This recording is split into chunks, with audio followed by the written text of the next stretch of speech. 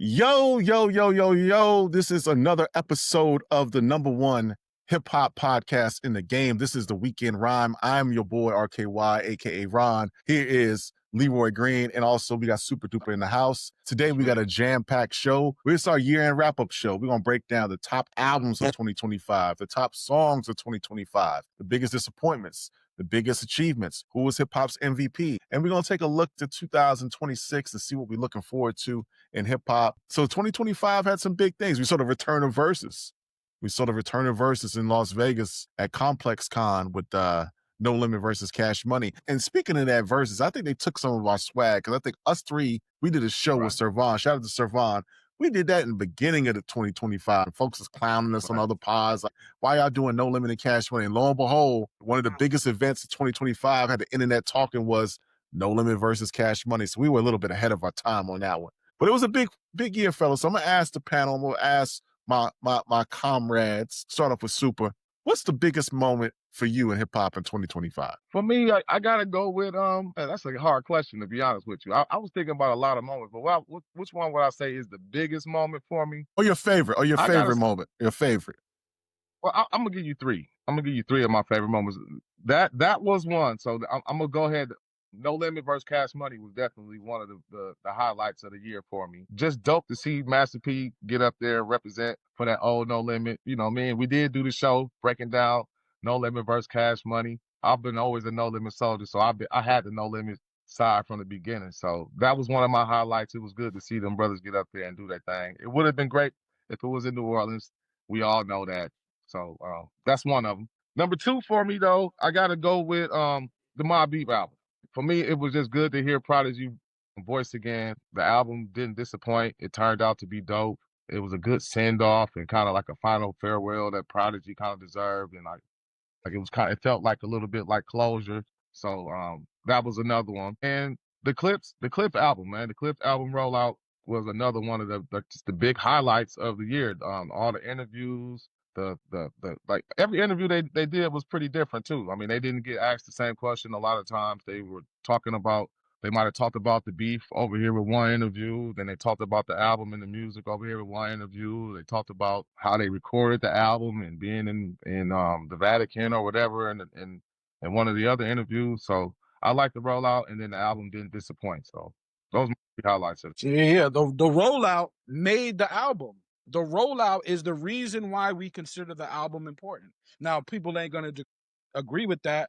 But again, for all my business students out there, when you engage with the market for a product, before the product drops and you're promoting the product, for all my business students, ask yourself if that helps business. Okay, then. After the rollout we got from the Clipse, everybody went crazy for the album. Is that by coincidence? No, it's rollout, right? So yes, we should, when you have a album, particularly a very good one, you should promote it, right? Because it's not bowing down to the system or you think you're too cool to talk to the fans. It's just letting them know, hey, yo, I made this body of work. It comes out on this date. I got, I got this producer. I got this going on. I made these songs, and there it is. Rollout is important, and we got to stop downplaying the promotion for products, because every other product that you buy, it was promoted. Again, all my business students out there who's going to school for business, tell me I'm wrong. Okay, so that was a huge moment. Kendrick Lamar halftime. Come on now. 99% of the game swings one way in hip hop. So that was a big moment. The Sinners movie, that was a big moment. We know one history. You don't know past that. It's time to go past that and get a little bit, retrieve what you don't know. So that was powerful. I would say the Kendrick moment, which drew a line in the sand. I'm here for the line in the sand, y'all, because I want to save our youth from getting killed. Now that's going to be labeled as corny. Trust me. I already know. And I'm liable to get taken out by my own people for taking that stand. And that's okay. You know what I'm saying? That's okay. But I want to save our young people's lives. So a line has to be drawn. There's nothing wrong with partying. We're going to talk about the Clipse material, right? Cocaine is a designer drug. It's made for partying. It's made for partying so much so that you just party like it's the greatest party ever. But then comes a dark side to that. So we're going to get into that. You know what I mean? But for me, the moments of the year was the Kendrick Lamar moment and Sinners, to be honest. Maybe that's not musical, but it's close enough because it dealt with music, right? So those are my two answers right there.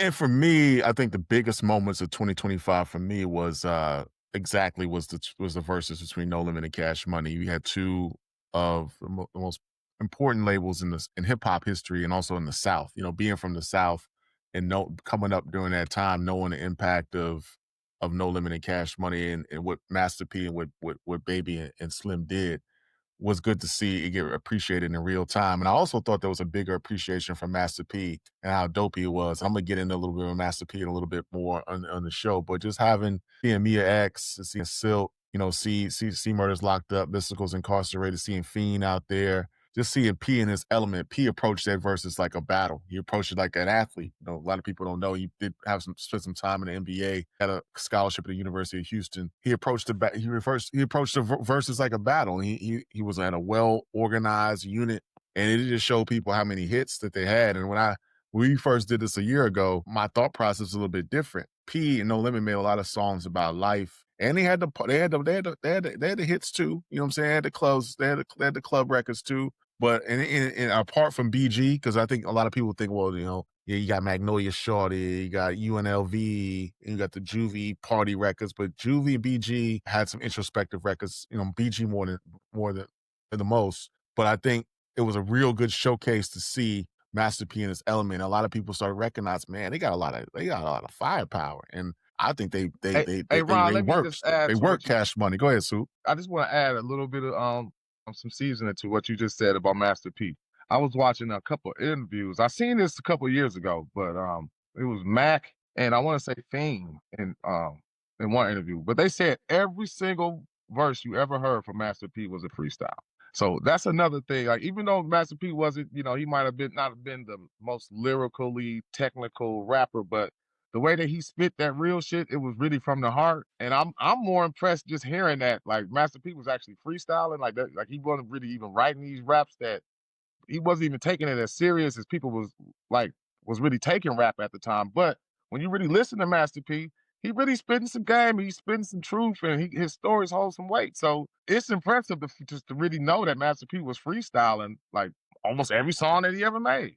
So shout out to P, man. Shout out to P. And you feel P, man. Even like, you know, even records that were kind of big, you know, at the time I didn't like, you know, but if you listen to them now, like I Miss My Homies, you know what I'm saying? A whole bunch of records. You know, it's a Ghetto Trying to Kill Me.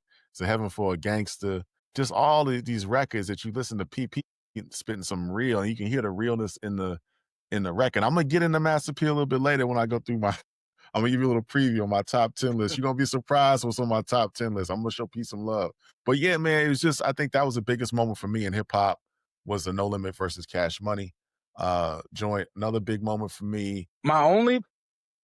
Go ahead. Only pushback then. Shout out to Snoop, because he's freestyling a lot of them songs. Snoop Dogg, you know, and that's why he's spelling his name so much, because you catch the freestyle when you lose your spot. But as only thing, if we're gonna go on the most real, then we might as well give hip hop to the streets. Just give it the gangsters, because they outside right now with nothing to do. Well, they got stuff to do, but you might as well just give them hip hop because they real, right? The musicians are not real. We make music that's not real. If you're gonna give it to the real gangsters, if we're gonna go off real, they could give it to them. Well, so that's the only caveat.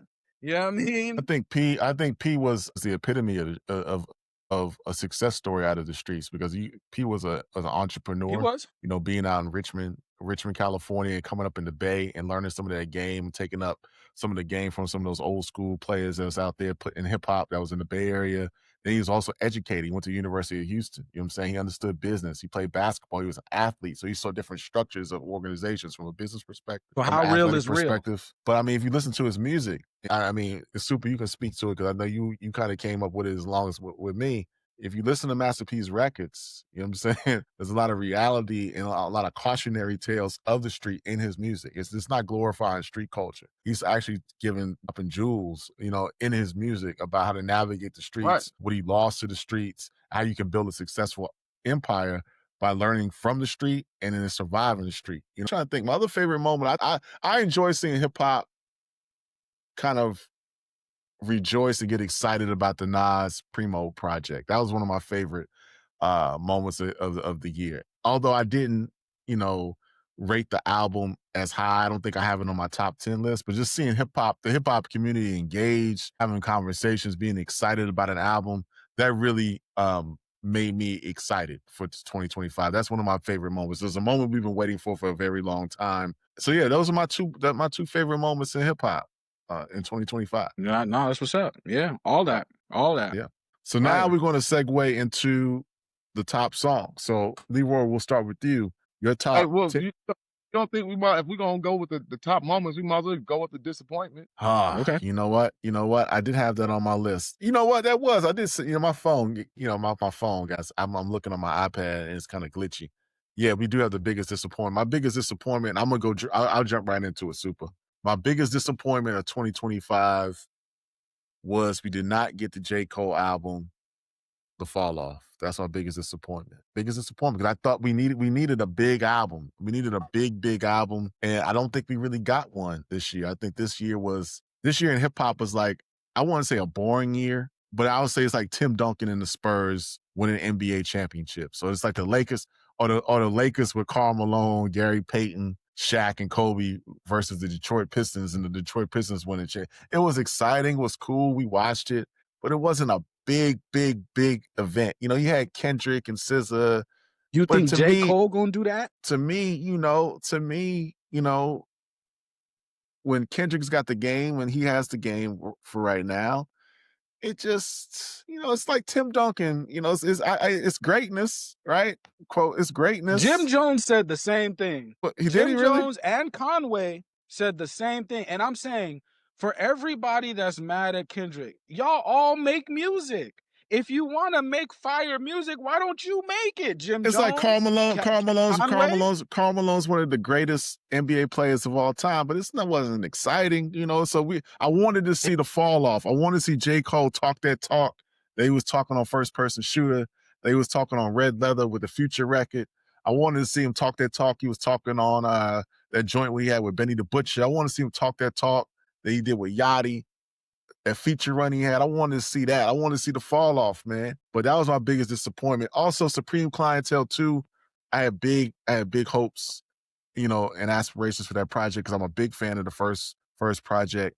It was a solid album. It was a solid album, but I just don't think it lived up to the name Supreme Clientele 2. That was my biggest disappointment. And I think what else we didn't get? We didn't get that Avengers trailer too, man. That Avengers trailer, that was a big disappointment. The new Avengers trailer was just trash. Captain America's coming back. He got a baby. It didn't look exciting. You got Dr. Doom as Robert Downey Jr. He used to be Iron Man. Dr. Doom. I'm disappointed in that. So those are my biggest disappointments. And you know what? Nah, that's it. It's just Karl Malone running the game, no fall off, and you got that Doomsday trailer from Avengers. I thought that was disappointing. Super, you brought it up, everybody that's better than Kendrick Lamar, why don't you go prove it? I'm gonna start. This is my number 3 disappointment. Even though I'm not much of a fan of the guy, just the way that album came out, and when I listened to it, I was so disappointed in Lil Wayne and that Carter 6 album. So that's my number 3. Wayne let hip hop down, man. I mean, I thought this was a perfect time for him to have a comeback, come back and show his young kids how to rap and show them what he means to the game, and come back with a little bit more maturity. But he laid a dud. He disappointed the rap world. So that's my number 3. Number 2 for me, man. Even though I like the album, I still got to go with the production on Light Years from Primo. Just the anticipation that me as a Nas fan, Nas is my GOAT openly, you know what I'm saying? So just the anticipation of him getting back with Primo and the way I feel about Nas, even though I love hearing Nas rap, I never get tired of hearing Nas rap. And that's why later on, even though I did give it a harsh review and I said what I said, the production is what's holding the album back. But I love what Nas is doing on the album. So that's my number 2 biggest disappointment. And my number 1 biggest disappointment of 2025, Joey Badass. They was calling him the king of New York. They was ready to hand him the crown and ready for him to take over the game. And that album came out, and everybody that was saying that shit started hiding and ducking and acting like it was never ever said ever. So Me? right. So yes, Joey Badass, the biggest disappointment after going after all the scrubs on the West. Now I ain't gonna even call them all scrubs, but that scrub battle, like I said, I still say Daylight ruined the battle. I wish Rayvon would have got his fair fade.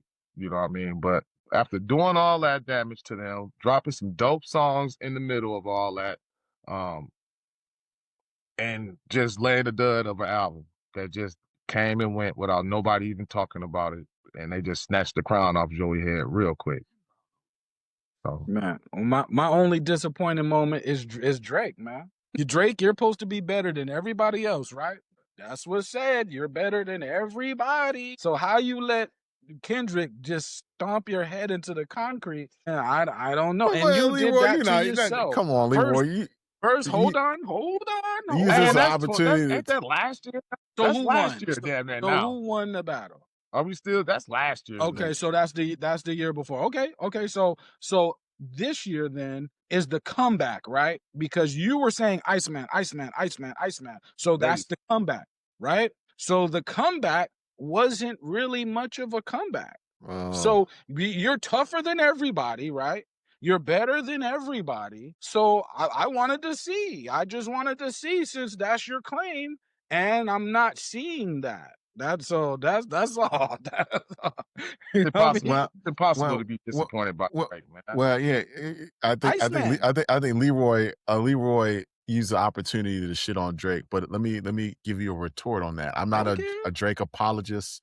I'm not going to apologize for Iceman, but he did have 3 sold out festival nights in London, doing 3 different sets, set records for the Wireless Festival in London. That's a big deal. People traveled across different continents to go see this man.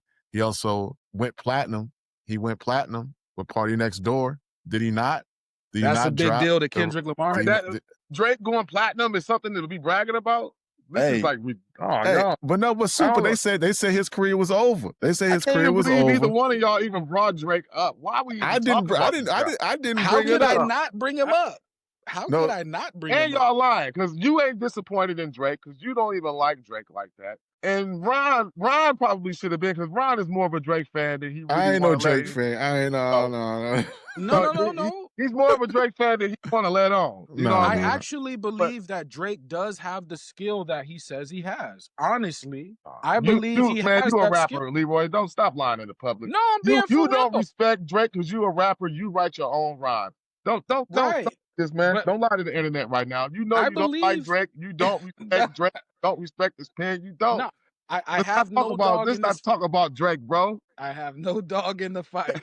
Whether whoever wins, I have no dog. But I believe Drake has a level of skill that it could at least make a massive impact, because I've seen him do it before. That's all. I'm not a Drake fan. I'm not a Drake fan, but I want to be honest on this podcast and say that Drake wasn't finished. Drake had an okay 2025. And I say wait and see for Iceman. That's all. Wait and see for Iceman. That's all I'm gonna say. Wait and see. Okay. Academics say he got that bomb. You know what I'm saying? Academics say he got that nuclear. He got that big record. Anyway, let's segue. I'm gonna start with you, Leroy. What's your top 10 songs of 2025? Well, you know what? I didn't really think too much into it, but I did a little bit, right? So you have I like Is It a Crime by Snoop Dogg. I'm gonna give y'all 9, right? Only because one of them I'm mixed up on the title of the song. I like Is It a Crime by Snoop Dogg. I like Iron Man by Ghostface Killah. I like So Be It, which had to get the sample clear, by Swiss Beats. Swiss Beats, please clear some more samples, because the most incredible music, do you know, we never get to hear? I just need hip hop to know that, because the samples never did you get hear? cleared. Not to cut you off. Not to cut you off. Did you hear the one when a sample wasn't clear? Did y'all hear that version of So Be It before the sample got cleared? Did y'all hear that one? Right, yeah, I heard that one. Yeah, that was whack. Yeah. That was whack. I ain't like that. Good. I ain't like that. That one was whack. You talking about So Be It 2 version? Yeah. If we could clear samples. I did like the Joey Badass song, The Finals. I thought that was fire. Japan Airlines by Jay Electronica. Lloyd Banks, The Art of Rap. and I might get back to that later, but in the art of rap, right? He's writing his rhymes, just 3 verses, right? A lot of his songs have 3 verses. Holler to the 3rd verse. I remember when that was a thing. Okay, so in that song, he name checks Cannabis, CeeLo, Timberland, Young Guns, Freeway, KRS, Mike Geronimo, The Roots, Mobb Deep, Little Caesar, Juvie, Consequence, Common Sense, Big L, C Murder, Killer Mike, Cam, Be Real, Outkast, Nas, Snoop, Public Enemy, Lupe, it's like Tech Nine, Ice-T. That's a lot of names to fit into 48 bars and make it make sense. Come on, Lloyd Banks kind of went crazy this year. So I like that one. I do like the Lil Wayne song Maria with Wyclef. I do. It's the sample. I'm sorry. I like the sample. What y'all want me to do?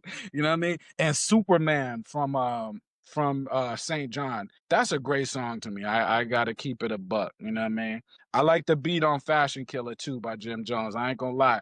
Jim Jones, they be ready to rap. Regardless of what you think, he raps. When the beef is on, he raps. 50 Cent, you got Jim Jones on your back. You got Fabulous knocking you over the head. 50, I need to know if you still rap. Maybe you're too good to rap. I don't know. You tell me.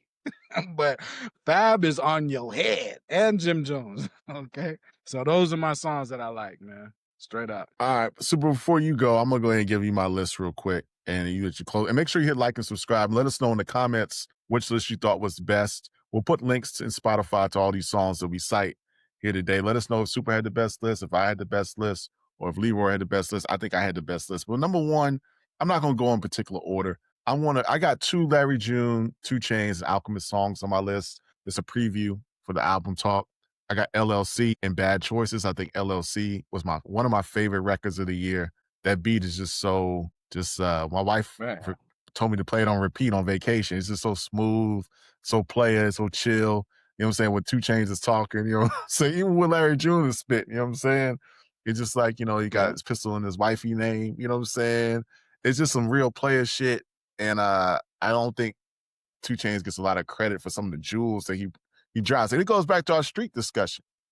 You know what I'm saying? You could be of the streets and still be intelligent, how to navigate the streets. I think 2 Chainz embodies that. Even Larry June to a certain extent. So I got two records from that album.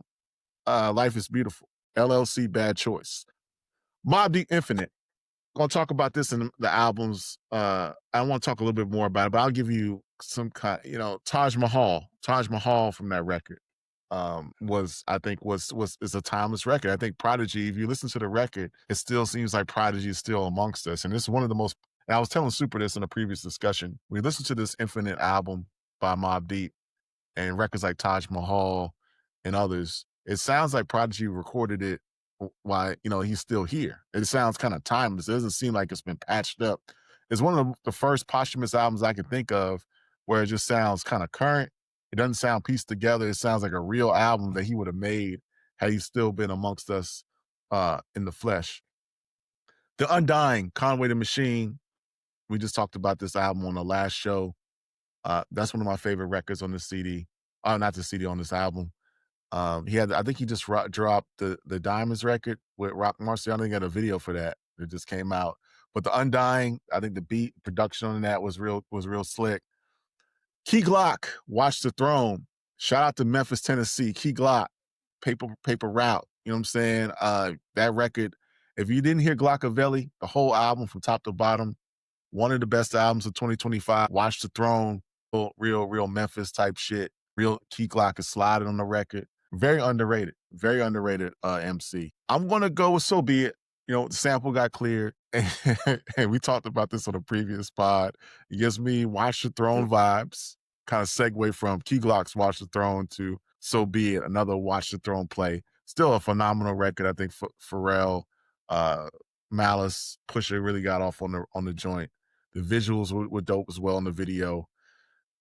I'm going to go with Hell at Night, BigXthaPlug featuring Ella Langley. I think what BigXthaPlug is doing is he is doing rap, doing hip hop, shout out to Dallas, Texas, in a way that's authentic, but it's also kind of crossing over into some pop elements, and it's crossing over into some country elements. And a record with Ella Langley, who's an up and coming country artist, she's really dope. She's got a couple records Choosing Texas. I looks like you love me. Two big records that's blowing up country charts right now. I think that combination was really dope. And people in Nashville, people in the country community seem to be embracing BigXthaPlug. I think he had a record with Luke Combs. This record that he just put out is more of a country hip hop album. So shout out to BigXthaPlug. It's a really big record.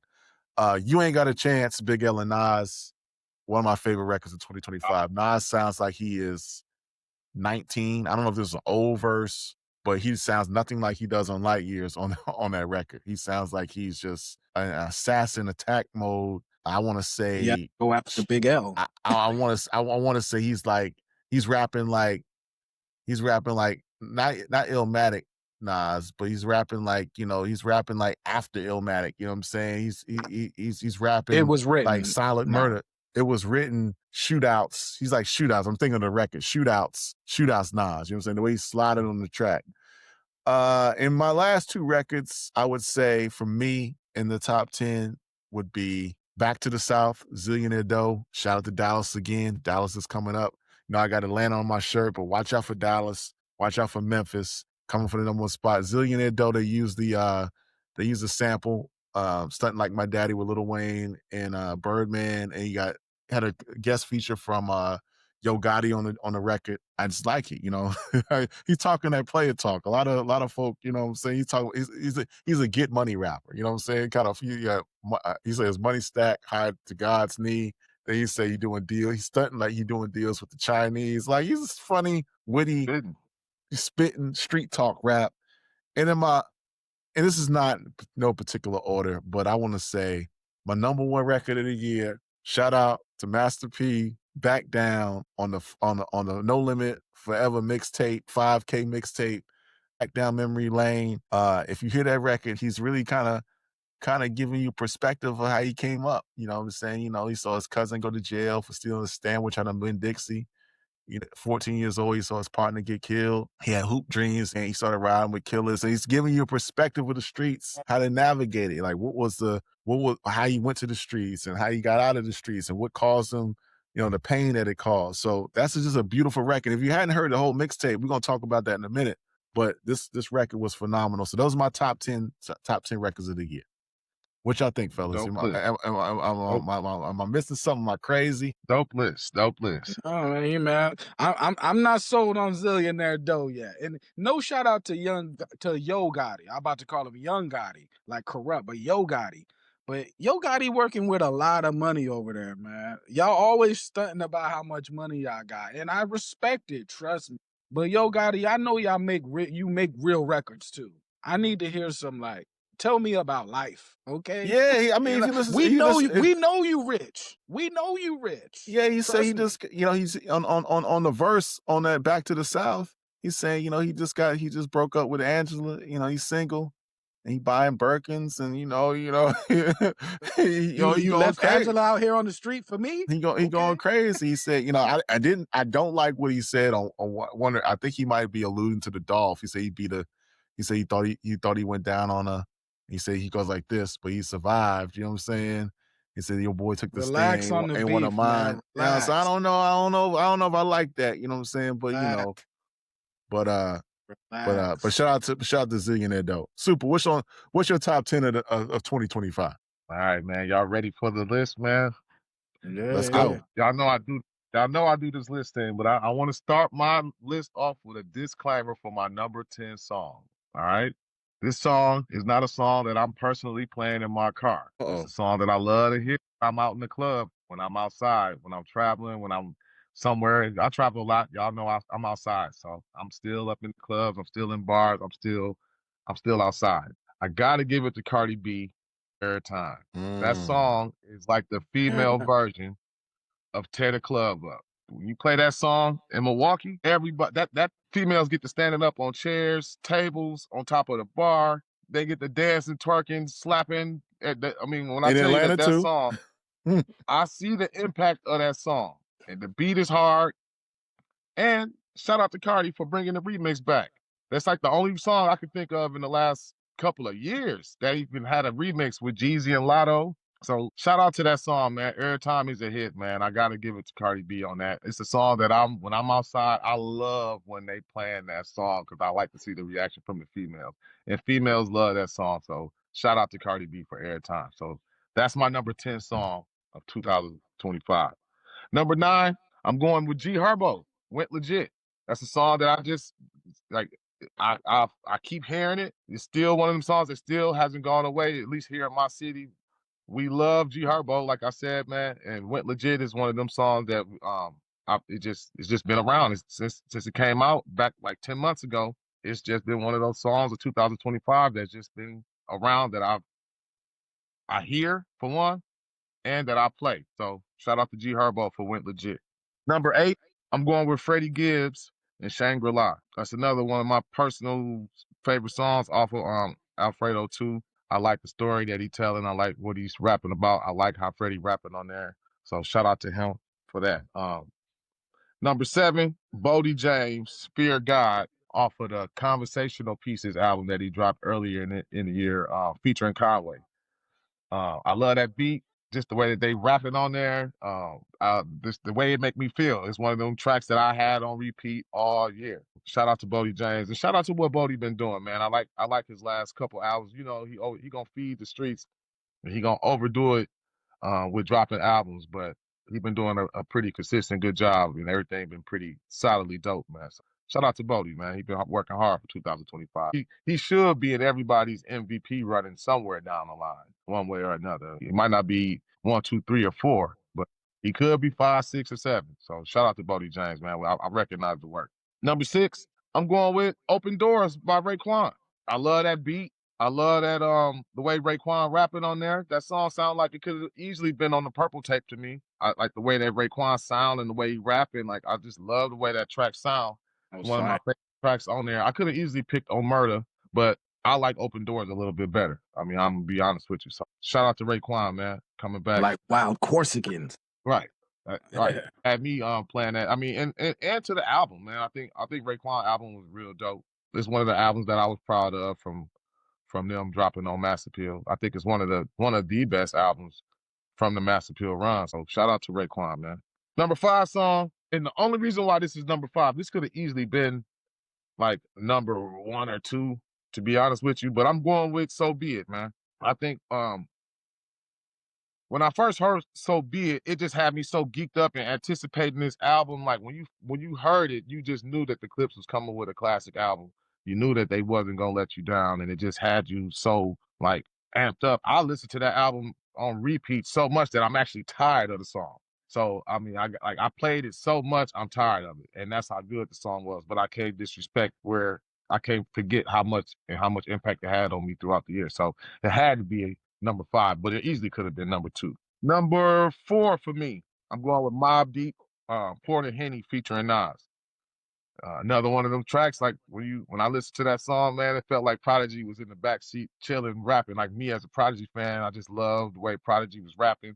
That song in general, that verse from Prodigy felt like closure for me. I'm a Prodigy fan still. I mean, and we'll get into it when we talk about our Spotify list. I mean, I'm listening to Prodigy still every day. So I mean, shout out to Prodigy, shout out to Mobb Deep.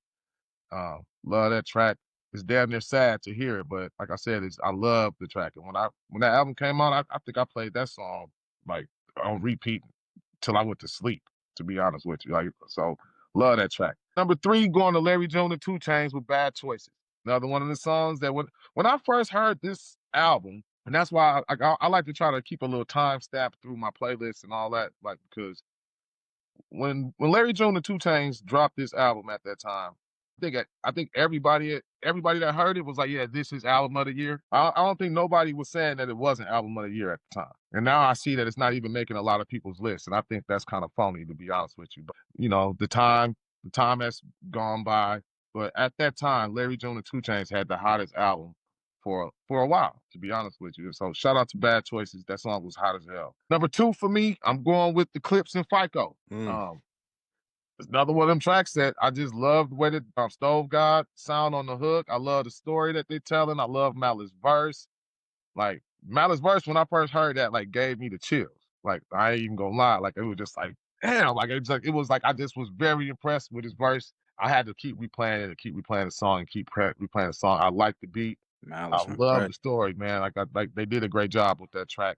And my number one song for me this year is Rock Marcy Armani Session. Still, like Okay, Primo. All right, I love the Primo beat on that, and I love the way Rock Marcy was rapping on there, and that was my number one song that I played the most throughout my Spotify. Since it's still one of them songs that I could still listen to. I still ain't got tired of it yet. So shout out to Rock Marcy and Primo for Armani Session. You got any honorable mentions? I don't have honorable mention songs, but I got honorable mention albums. Yeah, I got albums. I think with the Larry June and Two Chainz was a dope album, but I think that's a case of like trying to pair J Electronica and Currency together, even though that sounds dope. It's like one guy is so lyrical that it's just like it's tough. You know what I mean? Larry June's for the players. Trust me, we from the same city. Larry June is for the players. 2 Chainz is for the spitters. Yeah, even though 2 Chainz don't really claim that, but 2 Chainz for the spitters. And I think it's hard to get them both on the same page. Even though the album was dope. I can't the album was dope. I didn't have no problem with it, but I think that's a disconnect. You got a lyrical dude with a player. But they both players though. Oh yeah. Yeah, no doubt. No doubt. 2 Chainz on some player stuff. But we know if 2 Chainz wants to get busy though, yeah. He's one of them ones. Yo, check out. Make sure you hit like and subscribe. Make sure you go to the bottom of the description and find the songs that we gave for our top 10 songs of the year of 2020-25. Let us know if Leroy had the best list, if you like Super's list more, if you like my list, or if you have your list of your own, let us know in the comments. If you missed anything, let us know your favorite songs of 2025. Let's go to the albums. I'm going to go ahead and go with my albums. Number 10, I'm going to shout out to my list is a little bit fluid. My list is a little bit crazy. It's unconventional. Shout out to independent artists. I'm going to give I.L. Cleveland's own album, Pray. This album came out on July 4th, 2025, Independence Day. And this record is, the name speaks for itself. When I asked him about this album and what it meant, he said sometimes he'd be talking to his homeboys, even to me, and sometimes the only thing you can do is pray. You know what I'm saying? If you have faith, or if you don't, sometimes you got to take a moment of silence and reflect into yourself. So a lot of these records on this album talk about his family, his faith, about how the game has changed. A lot of love to the city of Atlanta on this record. So Pray is a really dope album. If you haven't checked it out, please do. So that's my number 10. He's dope. I heard it. He's dope. Number 10, that's my number 10 spot. My number 9 album, I'm going to go with Glockavelli, Key Glock. Again, I think one of the most underrated artists in hip hop is Key Glock. After the tragic, murder and passing of his cousin, Young Dolph, he's kind of picked up the paper route, PRE mantle, and kind of ran with it. And he's actually spitting, he's a dope lyricist, and he's really, he mixes the new Memphis and the old Memphis, taking those little soul samples, how you chop it up, and his perspective of how he sees things as an up and comer, as somebody's been in the game for a minute. I can't say enough. I think it's one of the most solid albums. If you haven't checked out Glockavelli, please do. It's one of my favorite albums of 2025. Number 8, I'm going to go with Game. Every movie needs a trailer. I mean, you got Chrome Hearts, you got clown emojis, you got so many records on this album. You got DJ Drama in the backdrop, kind of putting everything together. You got Quarter Zips and Matcha. You got what else you got? You got Rotation, the assassination of Candace Owens. A lot of dope records on that album. I think Game is very underrated. I think this kind of cements him as being the best on the West, and he kind of plants his flag and kind of shows everybody, who he is, and who he's consistently been throughout his career. So that's my number 8 joint. My number 7 joint, I'm gonna go with Ransom and Dave East, The Final Call. I think at the beginning of the year, we did a show to kind of start off 2025. I thought the album from top to bottom was solid. I thought the message of the album was solid. I thought, Ransom got off on the album, Dave East got off, the production was tight. But it's super, like you said, with the Larry June, 2 Chainz, and Alchemist. People were talking about this album in the beginning of the year, and I'm not seeing it on a lot of people's lists. I know Ransom came out with some other records throughout the year. I think he did one. He had a couple other CDs, albums that made people forget about this joint. But if you go back and listen to The Final Call, Dave East, Ransom, it's on my list. Number 6, Yeah. I'm gonna I go think that's with the normal album. though. Like most people, Yeah, you think it's most people forget what came out. most people forget about the albums at the beginning, of the year. You know what I'm saying? I'm gonna go number 6. I'm gonna go with Raekwon, Emperor's New Clothes. I think that was a dope album. Between the Legend Has It series with Nas, this kind of kicked it off. I thought it was really solid. Raekwon came off kind of rejuvenated. I enjoyed the album from top to bottom. I just did. So that's number 6. No explanation needed. Number 5, I Hope You're Happy, BigXthaPlug. Again, BigXthaPlug is a very interesting artist because he's kind of crossing over into the pop and the country worlds. This album, I hate to bring him up, but Super, you brought him up. And it's not the same, but it kind of fills the void that Drake had in a little ways, right? And I know it's odd to say because they're two different. We need somebody to fill the void, Drake. I'm not saying to fill the void. I'm talking actually people out there that miss Drake. I'm not saying that. Yeah, they do. Hear what I'm saying. Hear what I'm saying. No, Sue. people miss Drake. That's not what I'm saying. Oh. See, Sue, you take what I'm saying out of context. I'm not saying that. I'm saying like the pop, the bridge in hip hop, like the mainstream, the crossover records and the mainstream and the radio, that kind of void that Drake kind of filled for many years. You see an artist like BigXthaPlug kind of doing it seamlessly, right? Getting on records with Luke Combs, getting on records with Jelly Roll and Ella Langley and others. You know what I'm saying? He's kind of bridging that gap and kind of merging worlds, right? The pop world, hip hop world. Now it's a really solid album. So I hope you're happy. BigXthaPlug is a number 5 joint. Well, album was dope though. It's a dope album. Yeah. And Drake, to give Drake credit, he is the master of commercial music. If we're gonna be real, but go ahead. Number 4, I'm gonna go with The Machine. Conway the Machine, You Can't Kill God with Bullets. This album recently just came out, and it's been a heavy rotation for me. Again, the Undying record, the Diamonds record, so many different records on here. I think the production on this album is solid. I think lyrically, Conway's in his pocket. He's still talking that street talk that he's always been known for. And it's consistent. It's a consistent album that I enjoyed. And I got it on repeat. Number 3, I'm going to go with, this is going to be interesting. God, I can't rank it. I can't, I want to give it a higher ranking, but I can't. Number 3, the No Limit 5K mixtape.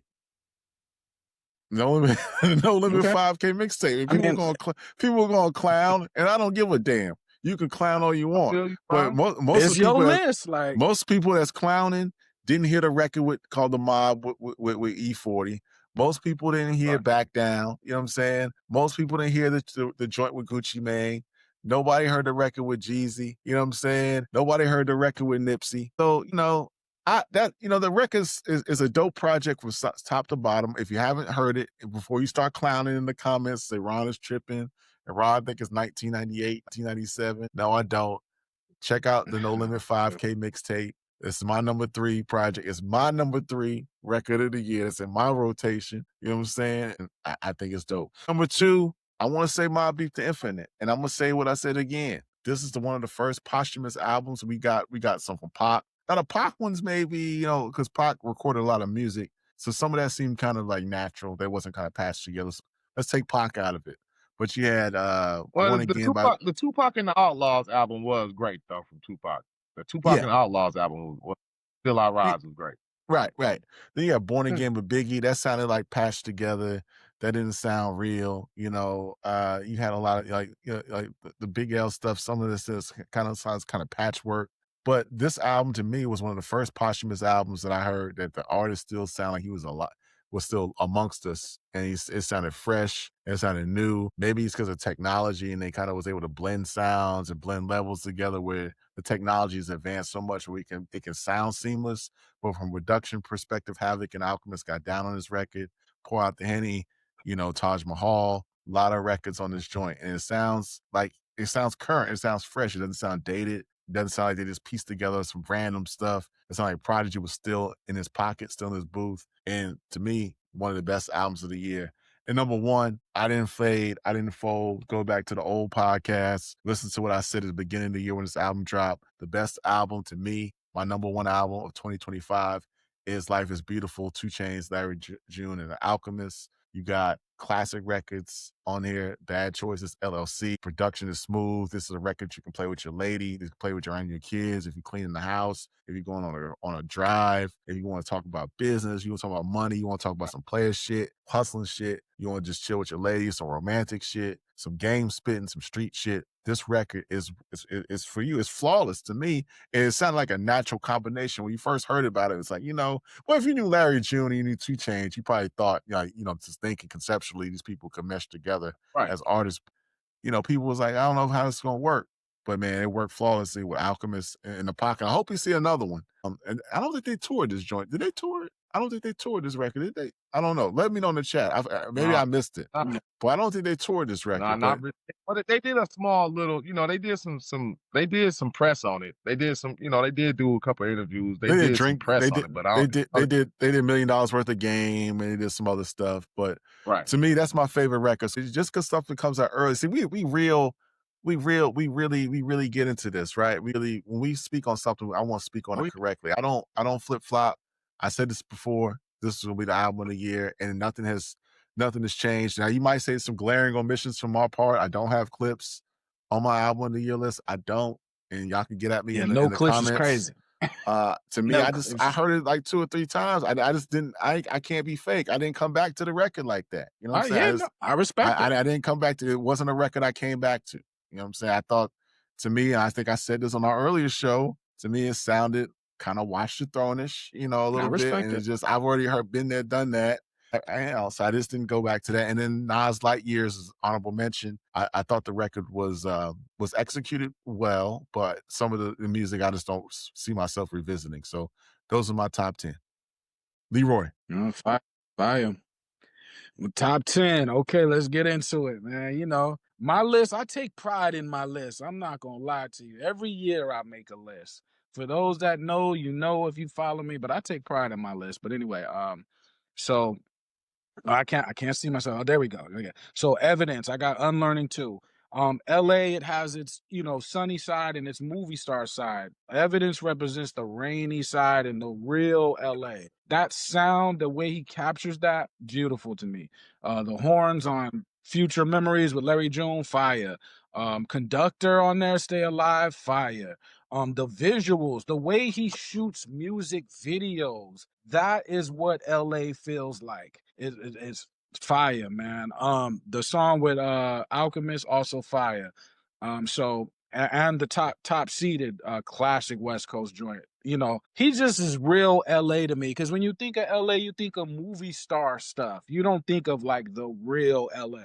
So that's number 10. Raekwon at number 9, Emperor's Clothes. I like the same song, Super Like. So y'all already know right there. St. John, number 7. No, I'm up 10, 9, 8. Number 8, St. John, Festival Season. This dude, I think, is gonna be a superstar. You know what I mean? And for those that came up in the 90s, how y'all not into rock and roll? I don't know. How did you skip rock and roll, but you from the 90s? I don't know. To me, now this is gonna sound disrespectful, but it's only this, for lack of a better way to put it. I think he's the better version of Future. To me, right? To me. Because he can. If it's about trap music, he's gonna kill that. He's gonna kill that, bro. When is he gonna do it? When is he gonna kill it, Leroy? Let me know when he actually starts. Play the album. Just play the album. Play it. If it's about trap music, right? Da da da da da da da da da da. He's gonna murder that. It's not. Okay, it's gonna get murdered. Let me know when he does. Yeah, play. Which albums of his have you heard? I mean, I saw the cover, man. I'm not hip to St. John like that. I'm not even. You never heard it. It's a reason why his shows selling out in seconds. There's a reason why.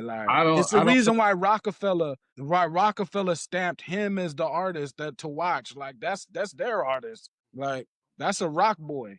You know what I mean? But Hey, he's different, but it's like, I don't know how hip hop heads don't like rock and roll. Like, how? Rock and roll and trap music? So we'll get into the other side of the trap, right? Juicy J, I don't know if y'all classify that as trap, but that whole like swag that the trap adopted, 3 6 Mafia was already there. Like, they didn't get the credit for it, but they was already there. Like, so my number 7, Juicy J and Logic, trap, boom bap trap. Please, somebody invent that. And this is the album that invented that. Boom bap trap. That's what I need to hear more of. Like, and this album invented that. 6, West Side Gun, Hills Have Eyes. If for everyone that's into jazz, if you into jazz music and you don't like West Side, I need to know what's going on. I need to know what's going on, because West Side is a jazz head. Okay, you can hear the jazz in the music. De La Soul, number 5, Cabin in the Sky. Come on, that's classic material, bro. Now that's golden era stuff. Maybe people too young to recognize the greatness in that. Snoop Dogg, which, if we're gonna be honest, now I'm biased because I'm from California. I think Snoop Dogg is always gonna have a top album any year he drops, because the musicality of Snoop Dogg, again, when you have real musicians playing your music, that's a different bag. It's just a different bag. Like, they really play instruments for real. They're not just tapping buttons. Lloyd Banks, number 3, uh, All or Nothing 3. I mean, I talked about like a street therapy, like, as far as like on some street stuff, right? If you are really a street dude, you have to be like a master psychologist. Because if you can operate in the street and not go crazy, and I'm talking about if you really out there doing the stuff that you say you're doing and you're not crazy, you're like a master psychologist then. Because I don't know how you're doing all that and you're still operating regular. Exhibit, Kingmaker, that Dr. Dre sound, even though Dr. Dre is only on it like 2 times. Come on, I think that Kingmaker, that would be my album of the year if the rollout didn't put Clipse at number 1. For some 10 to 1, I got Evidence, Raekwon, St. John, Juicy J and Logic, West Side Gun, De La Soul, Snoop Dogg, Lloyd Banks, Exhibit, Kingmaker, which is a super fire album. That entire album is super flames. And Clipse, Let God Sort Them Out, at number 1, because that's what I call, what did I call that shit? I called it something like Coke rap, Christ, and capitalism. Them 3 elements right there.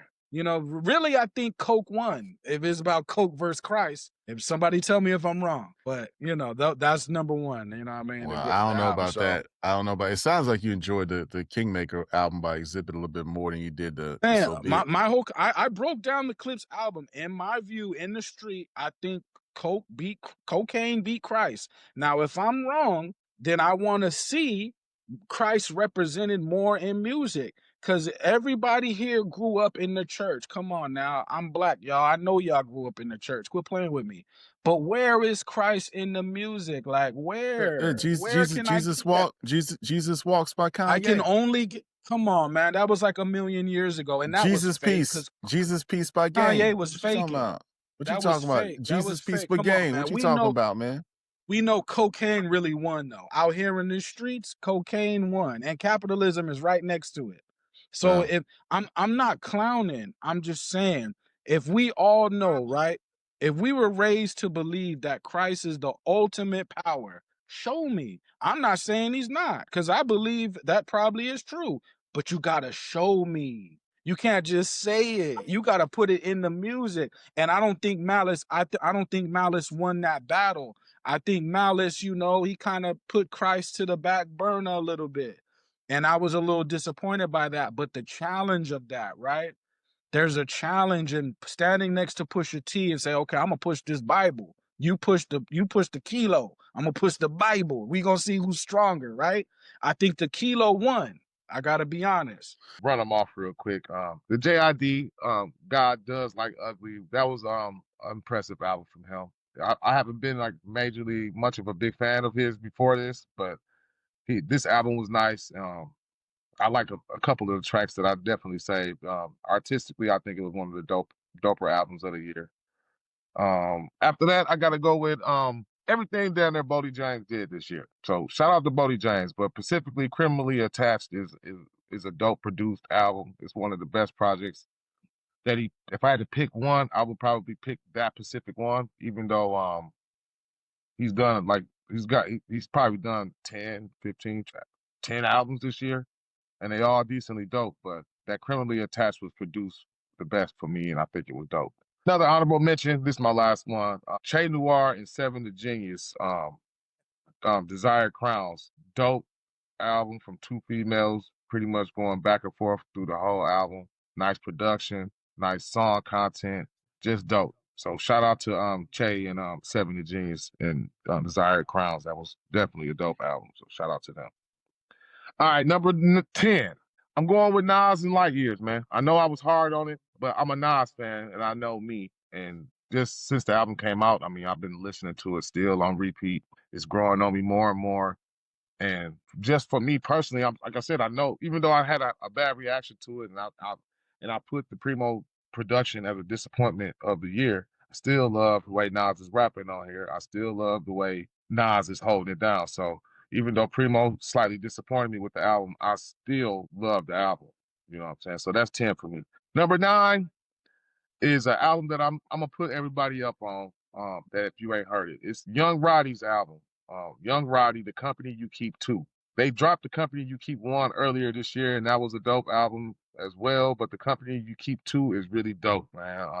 And later on, I mean, I'll do a little bit more of a breakdown after I run through my list. But that was a great album to me. I like the production on there, and Naheem or Jamil Naheem X did most of the production on there, and it's almost like a group album.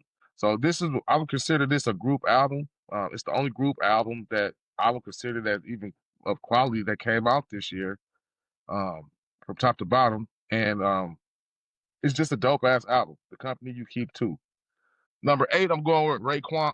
I'm going with Mobb Deep and Infinite. Just a dope ass album. I mean, Ron summed it up earlier with everything. I agree with everything he said. I talked about it a little bit earlier in the podcast. I mean, it is what it is with the Mobb Deep album. I'm a fan, so maybe I'm a little bit biased, but the album was just dope, and I'm still listening to it right now. So shout out to that album. Number 7 for me is going to be Rome Streets and Train Spotting. This is another album that came out in the middle of the year. When I first heard it, I was like, damn, he might be up there running for album of the year. I really thought it was well produced. I thought he was spitting like never before. He always been pretty dope as a rapper, but this was a step up in the right direction for him, and the album was just dope from top to bottom, and it stuck around for me like majorly. So shout out to Rome, man. Number 6 for me has got to be Raekwon. The Raekwon album is another album that I'm still spinning back.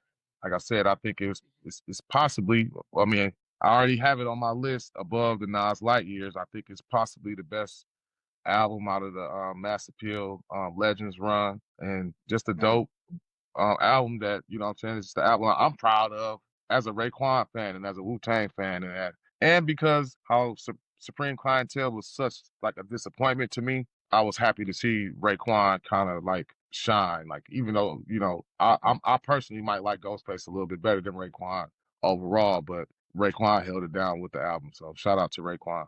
Number 5, man, Rock Marcy, The Coldest Profession. I mean, I like I like the tracks. I like the album, man. I like the production on here. I like the way Preem was sounding on here with Rock Marcy. I like the bars from Rock Marcy.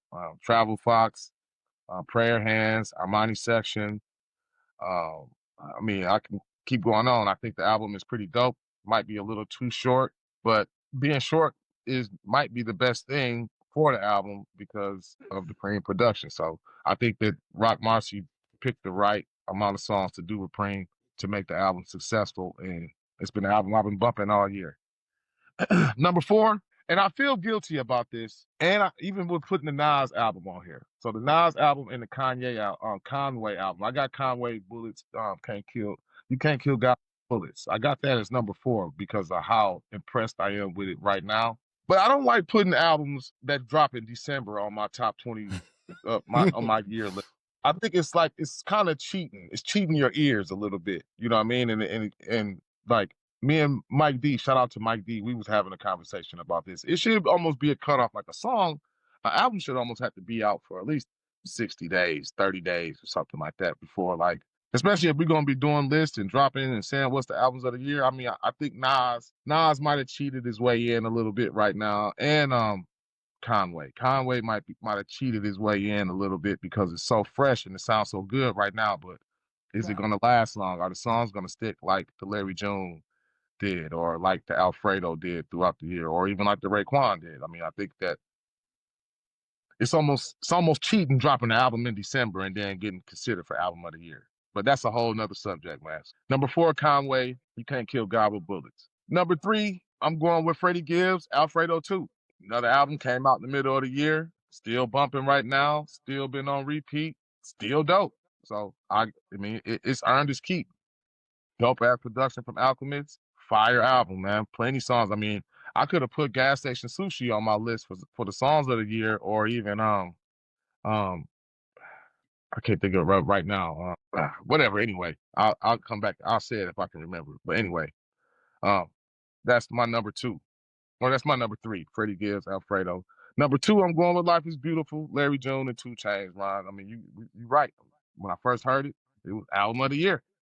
It was album of the year when I first heard it, and the songs carry over. Smooth themed album. They did a great job with the production, great job with the bars. I think that they took turns on outshining each other more, especially now listening to it at the time and the album that really rested on you and you get to really listen and hear it and you almost memorize it more. I think Larry June was holding it down too. I mean, really, I think they both did a great job. So that's my number 2 album. And obviously, man, I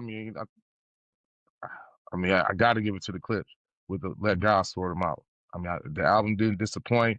Probably the biggest anticipated album of the year. It lived up to the potential. Pharrell came through with some of the best production that you heard him, come through with. The bars is there, the production is there, the features are there. We've even forgetting about the Tyler Creator feature. That was a dope feature this year. We should have damn near did a features of the year list too, but we can probably save that for another subject. But yeah, I mean, the album didn't disappoint. Great singles, nice videos, top to bottom, no skits. I got to give it to the Clipse on there. So that's my top 10.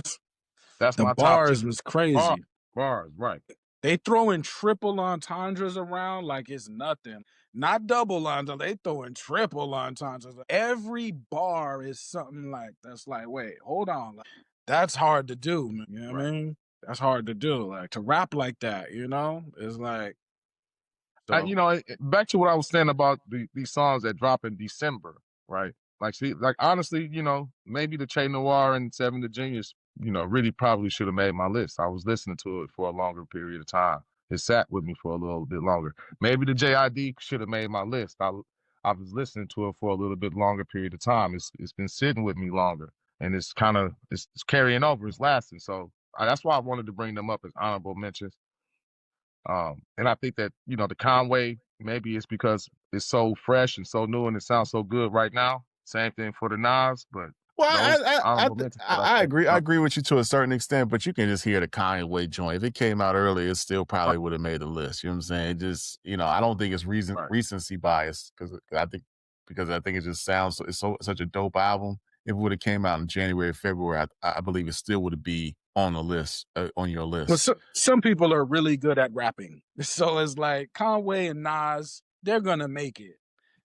I think too, another honorable mention that I would give, because I thought the album was dope too, was 21 Savage album, especially if we're going to talk about these late entry albums. I think if 21 didn't do that interview and have people talking, and it was more about, his album wasn't like putting up numbers, I guess, but who cares about the numbers? Just like just the album itself. It's a dope album. It really is a dope album. It really is. So that's an honorable mention as well for me too. Don't he got more singles? He ain't got no more singles to dump out there. You know what I'm saying? I'm sure he's gonna do something with him. I wouldn't put this as my honorable mention, but I do think we have to give some shout out to Cardi B. Cardi B's album was solid. Right. Not for my demo, but if you listen to the album, I can't front. She got some records on there. I thought that was pretty dope. So she got and the album sounded consistent. It was from top to bottom it's sequenced right. It's got a good amount of songs on it, and they kind of flow together and make a cohesive body of work. So I would say Cardi B is an album. Kendrick ate her up. Pause. That's not even a pause, but Kendrick ate her album up. And well, ask your girl that though. Actual girl better. I think Cardi is good at what she does, so I'm not clowning. It's just when you have a megastar against another megastar, one could get swallowed up by the attention of the other one. I think Cardi's cool. I'm not clowning. I'm not clowning her. Again, you know what I'm saying? Well, as Super can attest, when I'm out and they play that record, I don't know, I'm just something else, bro. I think Cardi should have went back to the Bronx on him. Like, hold on, I'm gonna take y'all back to the Bronx to remind y'all who I really am. She did not need to listen to Leroy Green, bro. She did like I said, they cheated. The machine got the machine. She's always gonna win no matter what. Hey, the machine know what to do with Cardi B. Because like I said, whoever wrote them tracks, whoever wrote that outside track, like that outside that shit is a hit, bro. Too. It's another hit. It's not a song that I'm listening to, but you can't deny what it is. Like females love it. The reaction females give, females know the bars to it. They love it. Like you can't deny what they like right now, and they love it. When you're worth $100 million, you can't lose. You can't lose.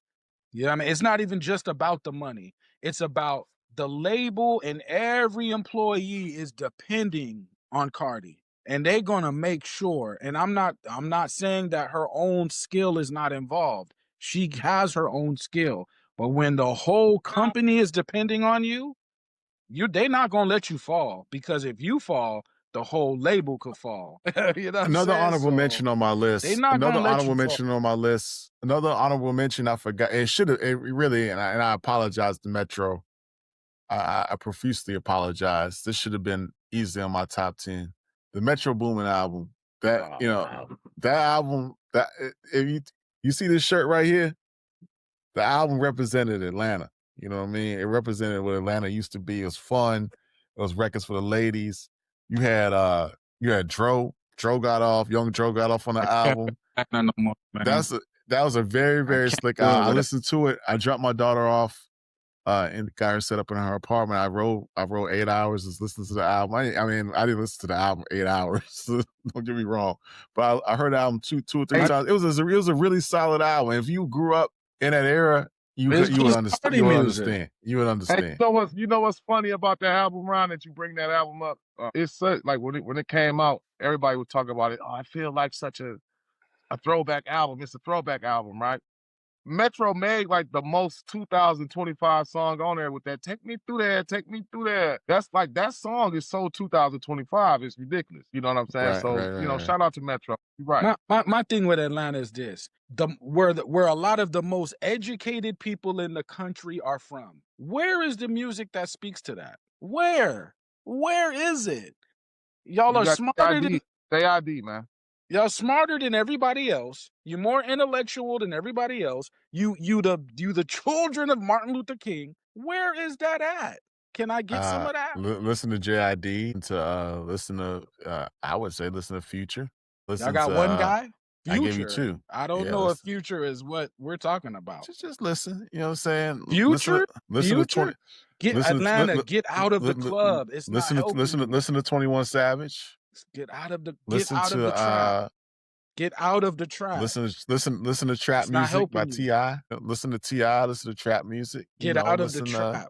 Again, Atlanta, some of the most educated people in the country. Yeah, where is that at? You hear it? Listen. 21 Savage don't represent that. Oh, you don't listen enough 21 Savage. If you listen enough 21 Savage, you would hear. You would hear the intelligence in the record. You would hear the intelligence. Where is Morehouse rap? You don't listen to. Where is Killer Mike rap? You don't listen to 21. Killer Mike rap? You don't listen to 21. Ain't St. John from there? Why you ask St. John? Nah, he's from Brooklyn. He's the youngest one. He's from Brooklyn. Why you ain't asking to it? But I'm just saying though, man, from the real streets of Atlanta, music is only reflecting the trap in the strip club. But that's not. Where is the rest of the stuff? I disagree. Where is the rest of the stuff? I disagree. Where is I'm just saying, let me know where it's at, and I'll go. I just told you. Listen to 21 Savage. 21 Savage, y'all. You refuse Savage to accept represents it. the street. It's funny now that he don't even want to claim the street. You He choose. I thought he was a street dude. He's not a street dude. You choose to accept where the package that intelligence is I thought he was presented a in. street dude. That's all. Why are we talking about this? Let's keep going, y'all. What are we doing? Like, Yeah, because y'all ain't No, got because that. you know, because he trying to sneak this. He trying to sneak this my city. Why did he even? I don't know why he even. Why did he even have to sneak this Atlanta? I don't even know why he snuck this Atlanta. Like, I don't understand it either. I don't know if it's a diss, but he trying to sneak this. I don't know if it's all that. You trying to say we not intelligent. You know what I'm saying? That's not the case, bro. I just said you're the most intelligent. What are we talking about? I don't even know I don't even know if that's true or not. But the smartest rap music should probably be coming from Atlanta. I mean, it does. where? Well, I haven't heard that since like the days of Goody Mob, and I love y'all. When has the West Coast ever been smart? The West Coast is strictly is just gang culture. I'm sorry, West Coast, and I love y'all. I love y'all. We don't. Then let Atlanta have fun and party there. If y'all just party for like 30 all y'all years? worried about is gang banging and gang culture, then let Atlanta worry about these hoes. And get them in the strip club and get them stripping and get them but the West Coast, what they doing, man. But that's why the West Coast music it ain't no worse than that. But that's why nobody takes. That's why the game stays away from California, because all you gonna get is gangs and bullets. That's why the game stays out of California. No, they don't come here like that no more, unless they coming to get Kendrick and leave. They not coming to the streets of California. All you gonna get is gangs and bullets. So that's not helping us. Shout out to Metro. Shout out to Metro. Also, shout out to Offset. The Kiari album, if you listen to the Offset album, the album wasn't bad. Offset dropped an album too. That was pretty solid. And also, shout out to Slick Rick. I thought after 30 years of not making an album, Slick Rick's album was pretty solid. So he had some kind of party records, some Eurocentric records on it that was kind of not my flavor. But apart from that, I thought Slick Rick had a very solid. I don't like house music. It's very solid record. But we talked about our top 10 records of the 2025. Talked about our top 10 albums of 2025. Let's look into the future. Let's put on our Negro Dominus hat. 26 in hip hop. What we looking forward to? I'm gonna go ahead. I'll start it off. Then I'll slide to Super. Then I'll slide to Leroy. 26. I'm looking forward to a couple things. I'm looking forward to hopefully J. Cole dropping The Fall Off. I believe the year of 2025 saw a lot of OGs in the game come out of the Clipse. You had Slick Rick, you had Raekwon, you had Ghostface, you had Mobb Deep, you had a Big L. You had a lot of people that were veterans releasing music. And, he had 21 Savage as a vet now. And now it's time for I'm not saying that J. Cole was a youngster, but what is J. Cole gonna do? But we need somebody that can kind of drop one of those event type albums of 2026. I think Fall Off is an event type album by one of the preeminent MCs of his generation. So I think we need that. I'm looking forward to I don't even want to say it because Super gonna say I'm looking forward to the reaction of this album. I'm not looking forward to the album. I'm not looking forward to hearing it. I'm looking forward to discussing it, being in hip hop media. I want to understand the album, the reaction. I'm looking forward to the Iceman conversation. I'm looking forward to that. I think we need big records in 2026. So I'm looking forward to the reaction of Iceman. I'm not looking forward to hearing the album. I'm not looking forward to enjoying it, but I'm looking forward to seeing the reaction of hip hop to the Iceman record, because there's a lot of conversation about it, and I want to see what that conversation takes us. I don't think there'll be a reaction to him or J. Cole. I think people will listen and say, okay. And that'll be the reaction. Like, they'll be like, all right. I'm looking forward to the official release of Bully by Kanye West. I'm interested to see, how that record's going to come together. Again, I'm interested in the music. I'm interested in that. What else am I interested in? I don't know.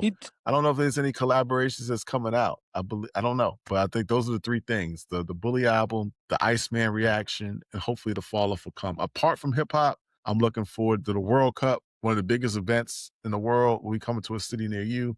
I know Atlanta will have it. I know Houston gonna have a couple matches. That's gonna be kind of lit. It's gonna be all across the United States, the World Cup. I think a lot of cities are going to be hosting it. It's going to be big. And I think Drake might be. Now, again, I keep talking. Y'all thinking I'm a Drake fan. He might be doing the World Cup performance, so that might be I understand. That might be big for hip hop. From a movie perspective, my whole thing. Let me finish my list, man. From a movie perspective, I want to see what the Avengers is going to cook up. I'm not really thrilled with the trailer, but I want to check that out. And then I think the Odyssey, that might be a dope movie. And that's what I'm looking forward to 2026. That's what I'm looking forward to. No, I get it, man. I wasn't trying to cut you, man, but just like I think that Drake is gonna come out and say, "Look, everybody, I went platinum," and we're gonna be like, froze up, "Okay." But can you hear me though? No, go back. Say what you said again. You froze up a little bit. No, you froze up a bit. Okay. I think Drake's gonna come out and say, "Look, everybody, I sold millions of records," and we're gonna be like, "All right, cool." I don't think that's like a big thing no more, and I think Cole is gonna do the same. Like, "Hey, look, everybody, I sold a bunch of records," and we're gonna be like, "All right, cool." Like, like it's not a big deal no more. Like to me, now if he drops a great album, that'd be different, but to me, I've never really looked at him that way, to drop great music like that to me. But we'll see. I mean, go ahead. But to me, I'm looking forward to ASAP Rocky, first of all, because ASAP Rocky, he has to make a new sound. You have to make a brand new sound that we've never heard before. You can't make a sound that we've already heard. So that in itself is rocket science.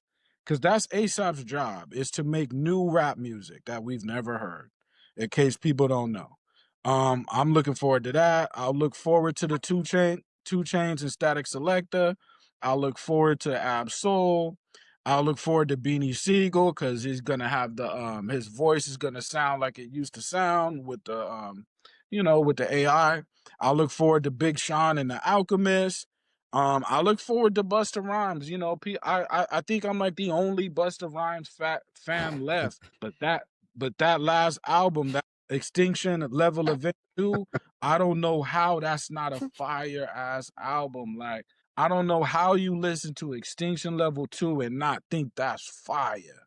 But it is what it is. Like, I'm looking forward to Black Thought. You know what I mean? I'm looking forward to Cameron and Mace. Like, can we get the group album Cameron and Mace?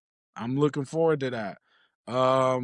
So right now, I mean, that'll be about it. Like I said, with J. Cole got like 10 albums. When has it ever been a big deal?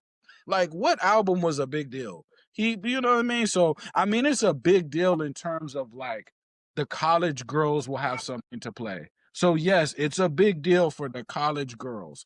But for us, it's like, oh, I'm looking forward to Erykah Badu and Alchemist, because that album, they're touring it now to check the temperature out there. So, I'm looking forward to that. So that'll be about it. But and it's not that I'm downplaying Cole or Drake. But if someone's gonna come out here and be like, "Look, I went platinum for like the 20th time," how many times you want me to get excited about that? Like, I get it, bro. You sell millions. Man, like, I get it. You know what I mean? It's not like your songs are hecka strong. You just appeal to the to girls. Like, that's why you sell so much. Like, that's all it is. Like, you know what I mean? So whatever. That's a shot. If you mad, come find me. You say you hating. You know You what say I you mean? hating. For me, yeah, you can call it that. For me, I mean, musically, I'm not looking forward to anything musically right now from hip hop. I'm looking forward to hip hop actually going back underground and people not worrying about sales and worrying about not even fucking rollouts like the way like fashion rollouts and taking pictures with pregnant women on album covers and being in all these photo shoots. And I'm looking forward to hip hop going back underground. I'm looking forward to like the young folks. I guess they saying that Air Force Ones is unk shoes now or whatever. I'm looking forward to them dropping the prices on the unk shoes, so I can go back to wearing my Air Force Ones and get them for at least like $100 to $90 instead of $125 or $140 or something like that now. So I'm looking forward to that. I'm looking forward to just to see what, I mean, who's gonna take the step to keep going where to take over this momentum that Kendrick is laying down. What is this F the streets. Where is this gonna go with the music? So I'm looking forward to seeing at least like how is the music gonna change, I guess, but artistically and which specific artist, who am I waiting to drop? I'm not really looking forward to nobody dropping like right now, but I'm looking forward to those things I just said. Other than that, I mean, it would be dope if it went back underground, but I don't think the people will follow the underground. I think they'd be like, man, the underground's boring. I think that's They'd be, cool though. you know I what I think mean? it's cool for people, like, you got to discover some new music. You know what I mean? Like, I think it's fine for people. So lazy now. People don't even know what to listen to, and then people don't want to do the work to actually go find something that they don't know. Yeah, I that they think people relate to.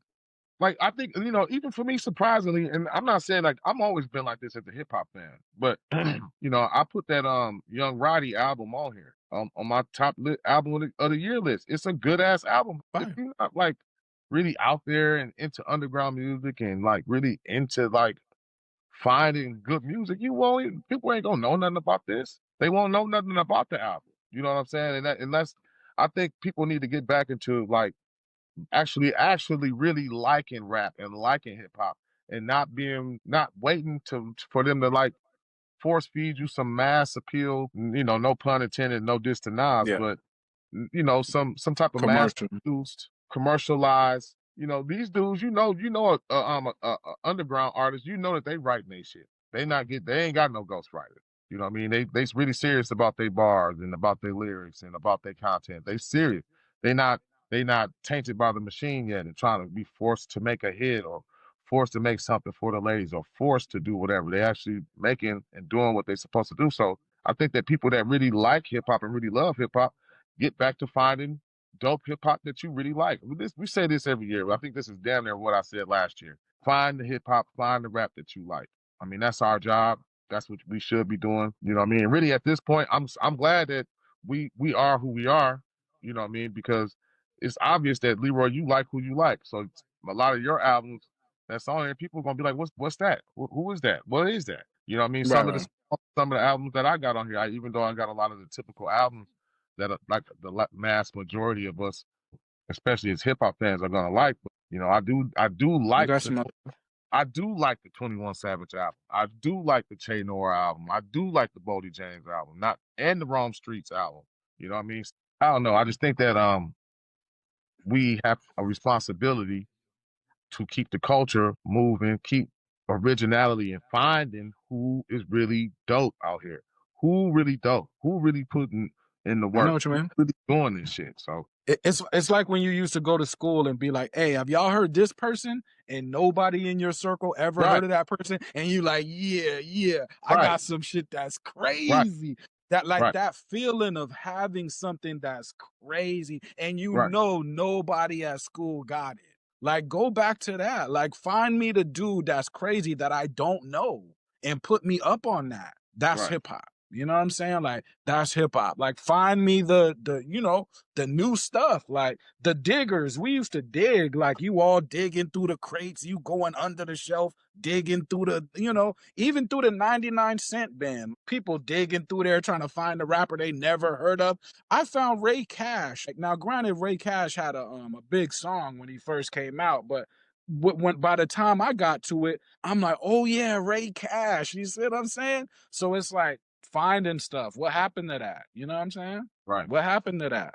Right. And You I just think we have waiting for the machine to serve you? And I think we have a You know? responsibility from a podcast perspective to start putting out music that Super talked about when Leroy, what you talked about, start digging in the crates a little bit more. We'll create a playlist. We'll create a playlist each week so everybody that taps into our podcast can check out those artists that we identify. For example, I always shout out to not only is he my friend, but he's a dope artist, IL Cleveland's own. Independent artists like that. Leroy, you got music bubbling. You know what I'm saying? So people that's out there making music, that's in the community, that's really, When y'all cultivating hear and this shit, carrying the craft, we want to highlight that on our playlist. And if you got any suggestions, I think Chris Hogan shouted out, he gave us, Naeem X, you know what I'm saying? He told us about that for years.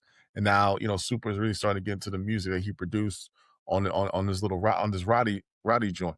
Yeah, we definitely going in 2026, gonna keep hitting y'all with music. We definitely gonna keep potting with y'all. You know what I'm saying? We're gonna do some live podcasts. We might pop up in a city near you on the weekend. be at South by Southwest. We might be at the Roots picnic. I don't know if Rolling Loud's I'm gonna be up I don't know if Rolling Loud's our demo, but we might pop up. You know what I'm saying? But we're gonna do some big things in 2026. We appreciate you guys tapping in with us. Make sure you hit like and subscribe. Make sure you subscribe to our newsletter. Make sure you buy us a cup of coffee. Send us a super chat.